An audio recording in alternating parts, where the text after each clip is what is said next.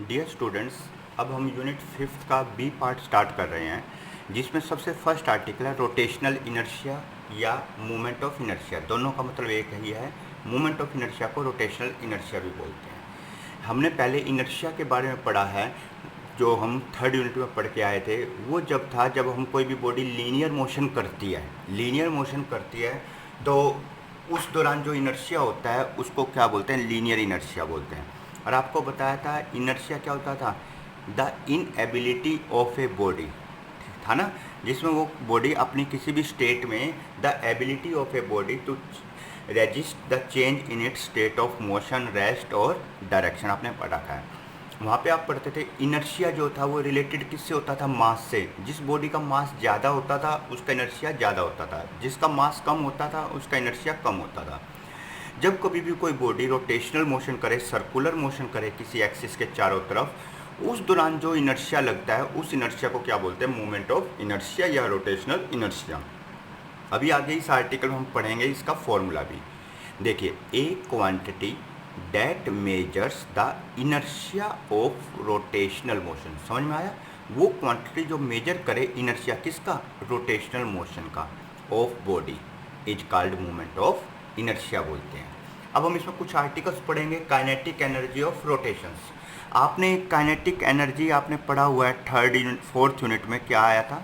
Half mv square. ये जो expression आया था ये था लीनियर मोशन के लिए। अब हम इसको रोटेशनल मोशन के कंसेप्ट में देखेंगे कि क्या फॉर्मूला बनता है। तो अब हम ये आर्टिकल स्टार्ट करें, काइनेटिक एनर्जी ऑफ रोटेशन। तो बेटा देखिए, इस आर्टिकल के अंदर आपको इस तरीके से कि कोई रिजिड बॉडी दिखाई दे रही है। इस रिजिड बॉडी की पूरी जो एंगुलर वेलोसिटी है, जो ये पूरी की पूरी किसी एक्सिस के पूरी यदि होल बॉडी कंसीडर करें तो इसकी जो एंगुलर वेलोसिटी हमने क्या कर ली? Suppose omega. अब आप देखिए यहाँ पर लार्ज नंबर ऑफ पार्टिकल्स हैं। इस रिजिड बॉडी क्या है? एक प्रकार से सिस्टम है जिसमें पार्टिकल्स हैं m1 m2 m3 dash mn। इनके डिस्टेंस क्या है? r1 r2 dash rn।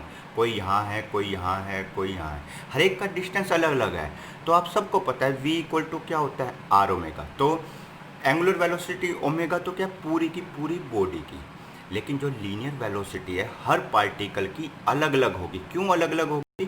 क्योंकि सबका डिस्टेंस अलग अलग है। किसी का r1 कम है, r2 ज़्यादा है, rn और कम है। तो लीनियर वेलोसिटी तो बेटा अलग अलग होगी, लेकिन एंगुलर वेलोसिटी जो रोटेशनल वेलोसिटी है, जिसको हम एंगुलर वेलोसिटी भी बोल रहे हैं, वो क्या रहेगी? सेम रहेगी। अब देखिए, आप सबसे पहले इसकी डेफिनेशन देखेंगे। Energy of a body due to its rotation about a given axis. देखा आ गया ना, rotation about a given axis is called kinetic energy of rotation. अब हम इस एक्सप्रेशन को करेंगे। बिल्कुल आसान सा एक्सप्रेशन है, ज़्यादा मुश्किल आर्टिकल नहीं है ये। देखिए, हमने सपोज कर लिया let the body consist of particles of masses m1 m2 m3 dash mn at perpendicular distances r1 r2 r3 dash rn। यदि हमने मान लिया v1 if v1 v2 vn v3 dash vn be the linear velocity, क्योंकि ये straight path दिखाई दे रहा था आपको अभी थोड़ी देर पहले, ऑफ द पार्टिकल्स। तो देखिए v equal to r omega होता है। तो अभी मैंने आपको बताया भी था v इक्वल टू क्या होता है? R omega. तो फर्स्ट पार्टिकल के 1 डिस्टेंस क्या था? 1 ओमेगा क्या है? Combined velocity. v2 क्या हो गया? r2 omega. v3 क्या हो गया? r3 omega. इसी तरीके से vn इक्वल टू क्या हो गया? rn omega. ओके, बिल्कुल आसान सा आर्टिकल है, सिंपल कंसेप्ट अभी देखेंगे। सारे आर्टिकल्स ऐसे ही होंगे इसके। अब आप देखिए, kinetic energy of rotation of particle m1। पहले हम एक पार्टिकल की निकाल लेंगे, फिर सिमिलरली लिख देंगे अदर पार्टिकल्स के लिए। तो देखो, फर्स्ट पार्टिकल की एनर्जी क्या होती है? हाफ mv स्केयर होता था लीनियर वेलोसिटी जो मैंने लिखवाया था। तो फर्स्ट पार्टिकल का मास m1, वेलोसिटी क्या है? v1। तो equal to 1/2 m1 as it is. v1 अभी देखा था आपने किसके इक्वल था? r1 ओमेगा के। तो v1 के प्लेस पर क्या रख दिया? r1 ओमेगा का होल स्केयर। तो ये फॉर्मूला क्या बन गया? 1/2 m1 r1 का स्केयर ओमेगा स्केयर। ये तो फर्स्ट पार्टिकल का हो गया। अब इसी तरीके से अदर पार्टिकल्स के लिए हो जाएगा हाफ m2 r2 का स्केयर ओमेगा स्केयर। थर्ड के लिए क्या हो जाएगा? हाफ m3 r3 का square omega square dash 1/2 mn rn का स्केयर ओमेगा का स्केयर। अब आप देखिए, total kinetic energy of rotation, वो तो थी लीनियर मोशन की। अब हम रोटेशन की बात करें हर पार्टिकल की, पहला, दूसरा, डैश आखिरी। तो सबको वैल्यूज को पुट कर दिया यूं का यूं। जो अभी आपने निकाली थी। अब आपको दिखाई दे रहा है इनमें से क्या क्या कॉमन आ सकता है, ओमेगा स्केयर और 1/2 कॉमन आ सकता है। तो इसको क्या किया, kinetic energy equal to 1/2 m1r1 का स्केयर प्लस m2r2 का square plus dash dash mn/rn का स्केयर इनटू में omega square. Kinetic energy equal to 1/2, ये जो पार्ट है ये वाला, इसको समेशन की फॉर्म में लिख लिया, सिग्मा कहाँ से कहाँ तक जाएगा, i इक्वल टू 1 से n mi/ri square omega square. इसको हमने पुट कर दिया किसी क्वांटिटी i के इक्वल। अभी हम बताएंगे i है क्या। काइनेटिक एनर्जी इक्वल टू क्या हो गया, 1/2 i ओमेगा स्केयर। क्लियर। अभी आपने देखा था यहाँ पे काइनेटिक एनर्जी किसके इक्वल था, 1/2 m v स्केयर। बेटा जब भी रोटेशन होता है तो एंगुलर वेलोसिटी v का स्थान कौन ले लेता है, ओमेगा। अब यहाँ देखिए, यहाँ m था मास, मास लीनियर मोशन के अंदर इनर्शिया का रोल प्ले करता है। यहाँ पे जो ये i आया है m के साथ, तो ये जो रोल प्ले करेगा ये भी मूवमेंट ऑफ, ये इनर्शिया का रोल प्ले करेगा और इसको ही बोलते हैं movement of inertia. i equal to क्या है, मूवमेंट ऑफ इनर्शिया। जब कभी भी आप लीनियर मोशन की बात करोगे तो जस्ट मास आएगा, रोटेशनल मोशन की बात करोगे तो मूवमेंट ऑफ इनर्शिया आएगा और उसका फॉर्मूला क्या होगा, mi/ri स्केयर। अपने फर्स्ट यूनिट में डायमेंशनल फॉर्मूला में भी पढ़ा था मूवमेंट ऑफ इनर्शिया का डायमेंशनल फॉर्मूला। यहाँ से इसकी यूनिट क्या हो जाएगी, kilogram metre square. Dimensional formula क्या हो जाएगा बेटा, m1l2 का स्केयर t की पावर g। याद रखना, ये इसकी यूनिट है SI और ये इसका क्या है, डायमेंशनल फॉर्मूला। अब देखिए हम मूवमेंट ऑफ इनर्शिया की बात करेंगे। Movement of inertia and it's physical significance. तो I इक्वल टू क्या हो गया, m r स्केयर भी बोल सकते हैं और I equal to n particles के लिए I equal to 1 to n mi/ri square. तो देखिए movement of inertia of a body about a given axis as the sum, sigma का मतलब क्या हो गया, सम ऑफ किसका है, product, sum of product of masses of all the particles of the body and ये क्या है, डिस्टेंस परपेंडिकुलर, स्क्वायर है तो and square of their respective perpendicular distance. तो आपको ये डेफिनेशन याद रखनी है मूवमेंट ऑफ इनर्शिया की। मूवमेंट ऑफ इनर्शिया किसके इक्वल है, sum of product of masses of all the particles and square of their respective perpendicular distance from the axis of rotation. Clear. अब आपको यहाँ से दिखाई दे रहा है कि मूवमेंट ऑफ इनर्शिया का फॉर्मूला I इक्वल टू क्या आ गया है, यहाँ मैं दोबारा लिख रहा हूँ, I equal to 1 to n mi/ri का स्केयर आ गया बेटा। तो ये किस किस पे डिपेंड करता है, एक्सिस ऑफ रोटेशन पे। ri क्या है, पोजीशन है, तो ये किस किस पे डिपेंड करता है, आपको याद रखना, the value of I depends upon position of axis of rotation, orientation. m का मतलब क्या, मास, मास का मतलब शेप भी हो सकता है, साइज भी हो सकता है। दूसरा distribution of mass of the body about the axis of rotation, distribution का मतलब डिस्टेंस, r1 कितनी दूर है, r2 कितनी दूर है, r3, ये पॉइंट्स याद रखने हैं आपने सीधा। अब देखिए as kinetic energy equal to क्या हो गया, हाफ I ओमेगा स्केयर आ गया। अब यदि बेटा ओमेगा एंगुलर वेलोसिटी क्या सपोज कर लिया हमने 1 है, यदि ये लेट किया मान लिया हमने, तो then kinetic energy equal to क्या हो गया, 1/2 I ओमेगा के प्लेस पर 1 का स्केयर। तो यहाँ से बेटा 2 को ऊपर ले जाइए, तो movement of inertia is also equal to क्या हो गया, ट्वाइस ऑफ काइनेटिक एनर्जी। तो आप क्या हो गए, movement of inertia twice of kinetic energy of rotation के होगा कब, जब कोई रिजिड बॉडी मूव करेगी एंगुलर वेलोसिटी 1 से। तो movement of inertia of a body about a given axis is equal to the twice of the kinetic energy of rotation of the body rotating with unit angular velocity. याद रखना। अब देखिए आपको दिखाई दे रहा है kinetic energy of rotation, rotation क्या होगी, I ओमेगा स्केयर। ट्रांसलेशन को क्या बोलते हैं, लीनियर मोशन भी बोलते हैं बेटा। ये किसके इक्वल होती है, हाफ mv स्केयर। तो आप कंपेयर कर सकते हैं इनको अच्छी तरह। और अब यहाँ से यूनिट्स मैंने अभी निकाल के बताई थी, kilogram metre square. Dimensional formula मैंने अभी आपको कराया था, m1l2 का स्केयर t की पावर 0। ठीक है। मूवमेंट ऑफ इनर्शिया याद रखना, ना तो ये स्केलर है ना ही वेक्टर है। याद रखना, ये ना तो वेक्टर मानते हैं ना ही scalar, it is a tensor quantity. जो दोनों तरह के बिहेव करे, वेक्टर भी और स्केलर भी, उसको क्या बोलते हैं, टेंसर बोलते हैं बेटा। अब देखिए हम नेक्स्ट आर्टिकल स्टार्ट कर रहे हैं, रेडियस ऑफ जायरेशन।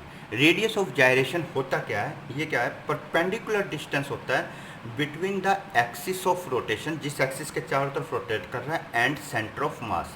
अब आप देखिए सेंटर ऑफ मास होता क्या है, सेंटर ऑफ मास मैंने आपको शुरू में भी बताया था 5th में, एक ऐसा पॉइंट जहाँ पर सारे के सारे पार्टिकल मिलकर अपना सारा मास कंसंट्रेट कर रहे होते हैं, फोर्स लगा रहे होते हैं एक पॉइंट पर, उसको हम क्या बोलते हैं, सेंटर ऑफ मास। तो आपको याद रखना सेंटर ऑफ मास क्या होता है, एक ऐसा पॉइंट जहाँ पर सारे पार्टिकल मिलकर फोर्स एक्ट करें, उसको हम क्या बोलेंगे, सेंटर ऑफ मास। तो ये क्या है, परपेंडिकुलर डिस्टेंस होता है, याद रखना ये वर्ड। कहाँ से कहाँ, between axis of rotation and centre of mass. और इट इज डिनोटेड बाय, याद रखना इसको किससे डिनोट करते हैं, के से। इट इज डिनोटेड बाय के। ऐसा यूनिट ये अपने आप में डिस्टेंस है, लिखा हुआ है यहाँ डिस्टेंस, तो इसकी यूनिट भी क्या हो गई, मीटर। तो इसका डायमेंशनल फॉर्मूला भी क्या हो गया, L1। इसका भी डायमेंशनल फॉर्मूला क्या हो गया, L1, याद रखना। अब देखिए बिल्कुल आसान सा आर्टिकल है, ये भी ज़्यादा मुश्किल नहीं है। इस तरीके से ये डायग्राम है, एक रिजिड बॉडी ले ली, इसके ये पार्टिकल्स हैं, सबका मास हमने क्या मान लिया, इक्वल मान लिया। इस केस में कोई एक बॉडी ले ली जिसके सारे पार्टिकल्स का मास क्या है, इक्वल है, तो m m m m है सबका। डिस्टेंस क्या ले लिया, r1 r2 r1 r2 r3 r4। यहाँ पर देखिए ये एक m एक ऐसा पॉइंट ले लिया जहाँ पर सेंटर ऑफ मास, ये सारे पार्टिकल्स ये जितने भी हैं ये इस पॉइंट पर सारा का सारा मास कंसंट्रेट करते हैं, इसको सेंटर ऑफ मास बोलेंगे। यहाँ पे हमने सबके मास का सम क्या मान लिया, कैपिटल M। और ये जो परपेंडिकुलर डिस्टेंस क्या मान लिया बेटा, k। ये आखिरी पार्टिकल ये r5 है, m। तो ये सेंटर ऑफ मास है होल बॉडी का। तो होल बॉडी की बात करेंगे और अलग अलग बॉडी की। देखिए आपने अभी पढ़ा था, बिल्कुल आसान सा ही आर्टिकल है, बस ये इतने ही पार्ट में ख़त्म हो जाता है। आई इक्वल टू क्या होता है, sigma I equal to 1 to n mi आ रहा है, स्केयर आपको बताया था, ये वैल्यू समेशन खोल दिया, m1 r1 का स्केयर, m2 r2 का square, dash dash mn rn का स्केयर। तो बेटा देखिए आई इक्वल टू क्या हो गया, सबके मास इक्वल है, तो m1 m2 mn के प्लेस पर क्या लिख दिया, m लिख दिया। आई इक्वल टू m कॉमन आ गया, r1 का स्केयर प्लस r2 का square plus dash dash rn का स्केयर हो गया। अब इस इक्वेशंस को हमने क्या किया, n से ही मल्टीप्लाई कर दिया, n से ही डिवाइड कर दिया, तो कोई फ़र्क नहीं पड़ा। तो बेटा देखिए एक पार्टिकल का मास कितना है, m, total number of particles कितने हैं, n, तो total mass capital M, total mass किसके इक्वल हो जाएगा, एक पार्टिकल का मास multiply by n number of particles का मास। तो समझ में आया, m क्या है, सिंगल पार्टिकल का मास, यदि उसको नंबर ऑफ पार्टिकल्स से मल्टीप्लाई कर दें तो टोटल मास आ जाएगा। तो इस फैक्टर के प्लेस पर क्या रख दिया गया बेटा, कैपिटल M। तो I इक्वल टू क्या हो गया, कैपिटल M r1 का स्केयर प्लस r2 का स्केयर प्लस rn का स्केयर अपॉन में n। अब देखिए यहाँ से जो ये फैक्टर आया आपका, ये वाला पोर्शन, इसको क्या मान लिया, k के, जो रेडियस ऑफ जायरेशन कहलाएगा। तो k इक्वल टू क्या हो गया, अंडर रूट r1 का स्केयर r2 का square plus dash dash rn का स्केयर अपॉन में n। तो I इक्वल टू क्या हो गया, इस पूरे को k मान लिया, तो I इक्वल टू क्या हो गया, m के स्केयर, और k क्या है बेटा, रेडियस ऑफ जायरेशन। तो आप यहाँ से इसकी डेफिनेशन बना सकते हैं, k क्या है, रेडियस ऑफ जायरेशन, और आपको दिखाई दे रहा है k किसके इक्वल हो गया, रूट मीन स्क्वायर। तो क्या कहेंगे, radius of gyration is equal to root mean square. Root mean, ये तो रूट हो गया, इन सारे के सारे स्क्वायर का मीन कर दिया, तो root mean square distance, radius of gyration of a body is equal to root mean square distance of the particles of the body from the given axis. तो बिल्कुल आसान से आर्टिकल है, सब पॉइंट टू पॉइंट चलें। अब next article करेंगे torque और मूवमेंट ऑफ इनर्शिया में रिलेशन। इस आर्टिकल के अंदर हम ये जो फॉर्मूला करते थे F equal to M A, ये क्या होता था, लीनियर मोशन, ये क्या होता था, लीनियर एक्सेलरेशन, ये मास, ये फोर्स। तो जब रोटेशनल मोशन की बात होती है तो फोर्स किस में कन्वर्ट हो जाता है, टॉर्क में, आपको पता है। और रोटेशनल मोशन में, लीनियर मोशन में तो इनर्शिया का रोल कौन प्ले करता है, मास, लेकिन रोटेशनल मोशन में इनर्शिया का रोल प्ले कौन करता है, मूवमेंट ऑफ इनर्शिया। और एक्सेलरेशन, एंगुलर एक्सेलरेशन किस में कन्वर्ट हो जाता है, अल्फा में। तो आपको यहाँ ये प्रूफ करना है टॉर्क इक्वल टू क्या होता है, आई अल्फा। क्लियर हो गया। इस आर्टिकल का मेन मकसद क्या है कि F इक्वल टू एम में लीनियर होता है, और आपको ये प्रूफ करना है टॉर्क इक्वल टू क्या है, आई अल्फा। ये देखिए इस साइड आपको दिखाई भी दे रहा है। तो अब ये देखिए कि ये बॉडी है, ये रोटेट कर रही है विद एंगुलर एक्सेलरेशन अल्फा से, और अब अलग अलग पार्टिकल्स का एक्सेलरेशन अलग अलग होगा, क्योंकि आपको पता है A इक्वल टू क्या होता है, r alpha, relation between linear acceleration and angular acceleration. R अलग अलग है सबका, तो A भी क्या होगा, अलग अलग होगा। अब देखिए बिल्कुल आसान सा आर्टिकल है, ये फटाफट होता जाएगा उसी तरीके से कि let the body consist of particles of mass m1 m2 m3 dash dash mn at perpendicular distances r1 r2 r3 dash dash rn from the axis. a1 a2 a3 dash dash an क्या हो गया, linear acceleration हो गया। अब आपको पता है ए equal to क्या होता है आर अल्फा। पहले पार्टिकल के लिए 1 1 लगा दीजिए, दूसरे के लिए 2 2, आखिरी के लिए क्या लगा दिया एन एन। अल्फा सबका पूरी होल बॉडी के लिए एक मान रखा है, पूरी बॉडी को एक मान रखा है, उसके लिए एंगुलर एक्सेलरेशन क्या है, एक है। अब फर्स्ट पार्टिकल के लिए फोर्स की बात करें, force on particle of mass m1, उसको हमने क्या मान लिया, स्मॉल f1। वो क्या होता है, m में होता है, m1 a1 कर दिया, f1 ये कर ही रखा है, sorry. m1 as it is a1 किसके इक्वल था, r1 अल्फा। क्लियर। अब आपको देखिए टॉर्क, टॉर्क आपको पता है, torque acting on particle first. तो टॉर्क का मैंने आपको फॉर्मूला वहाँ भी कराया था, टॉर्क इक्वल टू क्या होता है, आर क्रॉस एफ। टॉर्क किसके इक्वल होता है, आर क्रॉस एफ करा चुके हैं। तो torque 1 equal to R1 cross F1। R1 as it is, F1 की वैल्यू क्या आई है, M1 R1 alpha, M1 R1 alpha. तो ये क्या हो गया, M1 R1 का स्क्वायर अल्फा हो गया। बोलो समझ में। इसमें दो बात याद रखनी है, पहले F1 निकालना है M1 R1 अल्फा, फिर टॉर्क 1 निकालना है R1 cross F1। R cross F इसका मैंने फॉर्मूला आपको पहले करा रखा है। तो टॉर्क 1 इक्वल टू क्या हो गया, R1, F1 की वैल्यू रख दी M1 R1 अल्फा। तो ये क्या आ गया, M1 R1 का स्क्वायर अल्फा फर्स्ट पार्टिकल के लिए। इसी तरीके से आप बेटा अदर पार्टिकल्स के लिए निकाल लेंगे। जैसे देख लीजिए, दूसरे के लिए यहाँ 2 2 आ गया, 3 3 NN, सबको जोड़ दीजिए, M1 R1 का square alpha, M2 R2 square का अल्फा एंड सोन। सब में से बेटा आप दिखाई दे रहा है अल्फा कॉमन आ गया। इस ब्रैकेट्स वाले फैक्टर्स को आप क्या लिख सकते हैं, वही MI RI का स्क्वायर अल्फा, और ये मैंने आपको बताया था किसके इक्वल होता है, I के। तो टॉर्क इक्वल टू क्या हो गया, I अल्फा।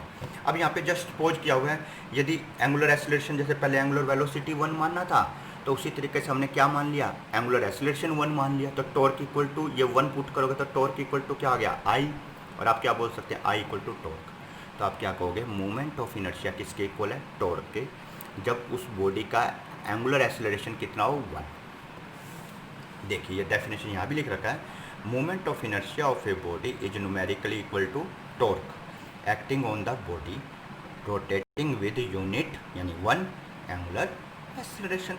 बात तो वही है। अब टॉर्क इक्वल टू ये प्रूफ हो गया, I alpha. Alpha vector quantity angular acceleration, तो टॉर्क भी क्या है, vector quantity. Movement of inertia क्या है, ना तो वेक्टर है ना स्केलर है, इट इज ए टेंसर। और बेटा ये किसके कोरस्पॉन्ड्स हो गया, F इक्वल टू एम के। ओके। अब देखिए नेक्स्ट आर्टिकल भी बिल्कुल इसी तरीके का है, आपको बहुत जल्दी समझ में आएगा।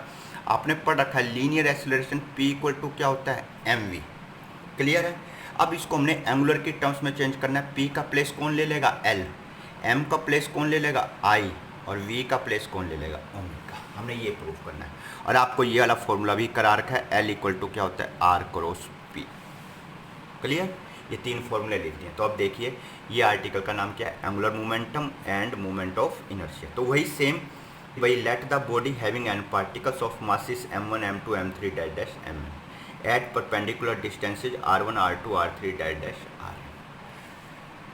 अब यहाँ पर मोमेंटम की बात हो रही है, तो मोमेंटम में वेलोसिटी होती है, तो हमने यहाँ एक्सेलरेशन की बजाय क्या ले लिया, if v1 v2 v3 dash dash vn are the linear velocity of the particles. तो v इक्वल टू क्या होता है, आर ओमेगा। तो पहले के लिए 1 1, दूसरे के लिए 2 2, आखिरी के लिए NN। ओमेगा एंगुलर वेलोसिटी है होल बॉडी की, तो ये तो एक ही रहेगी।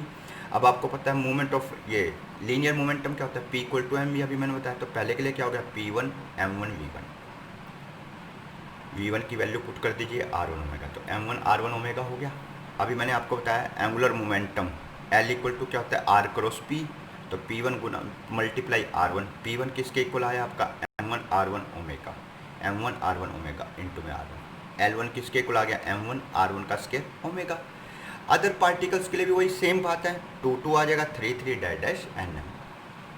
तो अब देखिए टोटल एंगुलर मोमेंटम सबका जोड़ हो गया, सब में से क्या कॉमन आ गया, ओमेगा। ब्रैकेट्स वाली टर्म्स को क्या लिख सकते हैं, MI RI स्क्वायर, इसको क्या बोलते हैं, I। तो L इक्वल टू क्या हो गया, I ओमेगा। हो गया प्रूफ। यदि ओमेगा 1 हो जाए तो I इक्वल टू क्या हो जाएगा, L। तो मूवमेंट ऑफ इनर्शिया किसके इक्वल है, एंगुलर मोमेंटम के। कब, जब यूनिट एंगुलर वेलोसिटी हो। तो वही बात लिख रखी जो अभी मैं समझा के हटा था आपको, कि movement of inertia of a body about a given axis is equal to angular momentum rotating with unit angular velocity. तो L इक्वल टू क्या प्रूफ हो गया, I ओमेगा। और वैसे लीनियर मोशन में क्या होता है, P इक्वल टू mv। मैंने अभी आपको बताया था लीनियर में P, एंगुलर में L, M किस में चेंज हो जाएगा, I में, V किस में चेंज हो जाएगा, ओमेगा में। वही चीज़ें प्रूफ हो रही हैं। अब देखिए, अब हम ये जो नेक्स्ट आर्टिकल्स कर रहे हैं, ये पूरा का पूरा इसमें दिखाई देगा आपको कंप्लीट। अब ये है relation between torque and angular momentum. आपने Newton second law of motion पढ़ा था, F इक्वल टू क्या था, dp/dt। तो अब ये रिलेशन का नाम क्या है, relation between torque and angular momentum of a rigid body. तो बेटा देखिए L equal to I omega हो गया, डिफ्रेंशिएट कर दीजिए with respect to both sides, with respect to time. तो d/dt लगा दिया दोनों तरफ। मोमेंट ऑफ इनर्शिया तो ना तो वेक्टर है ना स्केलर, टेंसर है। और ये रिजिड बॉडी के लिए ना तो m चेंज होता है ना r चेंज होता है, क्योंकि उसमें हर पार्टिकल्स एक स्थान पर फिक्स होते हैं, वो अपनी पोजीशन चेंज नहीं कर सकते।